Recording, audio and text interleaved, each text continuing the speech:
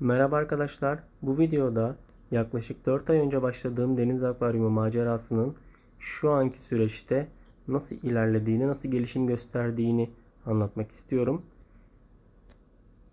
Zaten kanalı yakından takip ederler. Akvaryumun ilk haliyle şu anki hali arasındaki farkı göreceklerdir. Diyatomumuz çok güzel bir şekilde gerçekleşti. Normal bir şekilde arıtma suyumuzu kullandık. TDS sıfır olmasına dikkat ettik. Herhangi bir ekstra olumsuz bir şeyin akvaryumun içerisine girmemesi için gayet dikkat ettik. Kayalarımızda, kumlarımızda çok güzel bakteri kültürleri oluştu. Yavaş yavaş balıklarımızı da ekledik. Bir tane tank ve blue tank de ekledim. Arkadaki çizgili cerrah balığı diye geçiyor. Gayet güzel, yakından bakıldığında çok güzel çizgileri ve turuncu göz kenarlarında renkleri mevcut. Balıklar çok aktif. Öne geliyorlar. Çok iyi bir şekilde yemiyorlar. Herhangi bir şekilde birbirleriyle problemleri yok. Canlı yükün olduğu kadar akvaryumun litresine uygun seviyede tutmaya çalışıyorum. Gördüğünüz gibi şu şekilde. Mercanlarımız da gayet iyi gidiyor. Torçlarımız mevcut. Hammer grubunu burada topladım. Bir tane Duncan'ımız var. Şurada zoalarım var. Hepsi gayet sağlıklı. Güzel açıyorlar. Balıklar da zaten gayet güzel. Akvaryumu planlarken kayalarınızdaki oyukların balıkların geçebileceği seviyede olmasına dikkat edin. Çünkü bu balıklar çok aktif balıklar. Stres halinde saklanma ihtiyacı duyabiliyorlar. Kişisel alanlarına da bazen önem görebiliyorlar. Aktif olarak kayaların arasından geçerek akvaryumun önünden, arkasından, yanından çıkmak onları gayet huzurlu bir seviyede yüzmesini sağlıyor.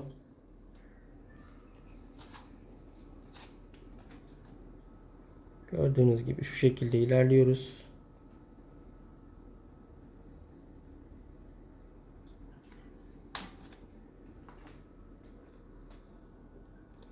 Balık tercihlerinizi yaparken birbirleriyle uyumlu olan balıkları seçmeye ve akvaryumunuzun litresine göre balık yükünüzü tutmaya önem gösterin.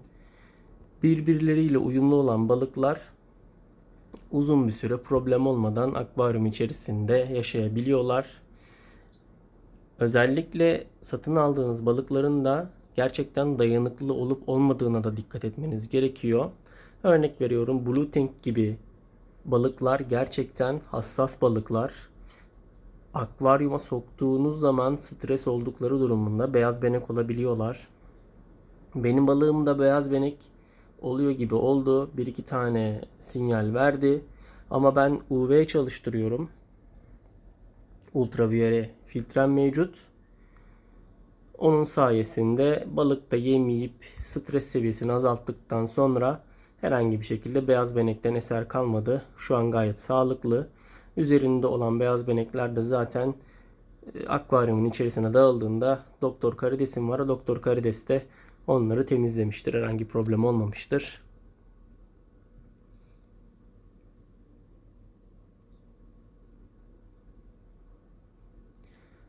Mercanları koyarken ben sürekli olarak bu akvaryumla aynı yerde olduğum için ona bakmaktan keyif almak istedim ve altlarındaki frek taşlarını kendi kayalarımla beraber değiştirdim. Kendi kayalarımın olacağı seviyede direkt gördüğünüz gibi şöyle ayarladım.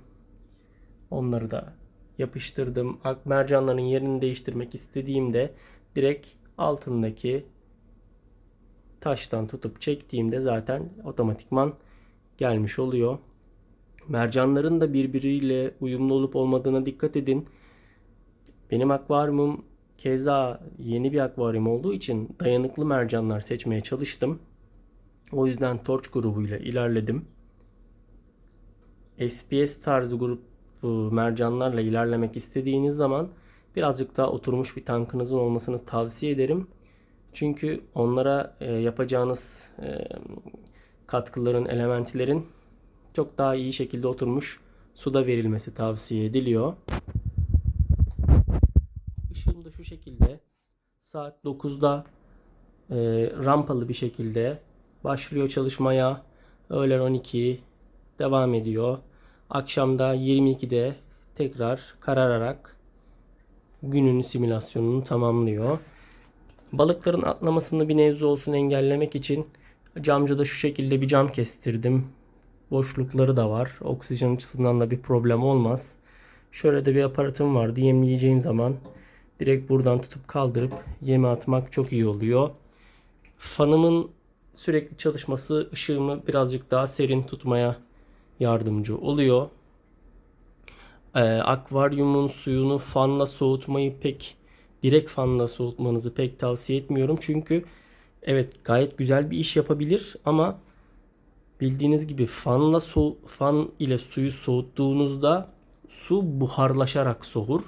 Buharlaşarak da soğuduğu için sürekli olarak eğer su tamamlama kullanıyorsanız akvaryuma buradan su takviyesi yapıyor olursunuz. Bu herhangi bir şekilde olumsuz değil. Sadece su tamamlama tankınızdaki suyunuzun çok daha hızlı bir şekilde bitmesini sağlar ya da manuel bir şekilde arıtma suyu tamamlıyorsanız sürekli olarak onu takip ederek kendinizin su koyması gerekiyor. Benim olduğum yer çalışma odam olduğu için klimalı bir ortam. Bu nedenle su sıcaklığım sürekli olarak 25 derecede.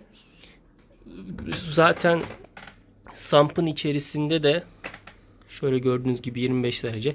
Sampın içerisinde de bir tane fan var. Bu fan da buradaki havayı bir nebze olsun şu arkadan dışarı atmaya, birazcık daha burayı ferahlatmaya yarıyor. En azından böyle su buharı vesaire ekipmanların üzerinde durmasını engellemiş oluyor. Dediğim gibi son halimiz bu şekilde. Gayet güzel ilerliyoruz. Benim kanalımı takip ederek ilerlediğim yoldan ilerlemek isteyen arkadaşlar benim olduğum gibi başarılı olacaklardır. Kendi yolunu çizerek ilerlemek isteyen arkadaşların da ilerleyeceği yolda gerçekten araştırmasını iyi yapmasını tavsiye ediyorum. Her şeyi kitabına uygun bir şekilde yaptığınız zaman çok hızlı bir şekilde başarılı sonuç elde edebiliyorsunuz.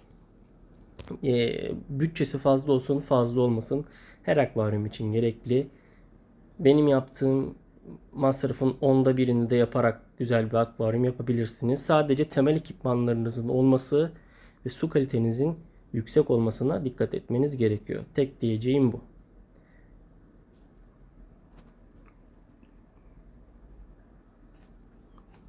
Şu an gayet güzel bir şekilde ilerliyoruz.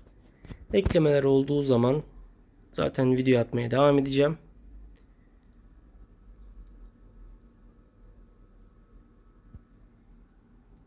Bu video şimdilik bu kadar olsun. Beni izlediğiniz için teşekkür ederim. Kendinize iyi bakın.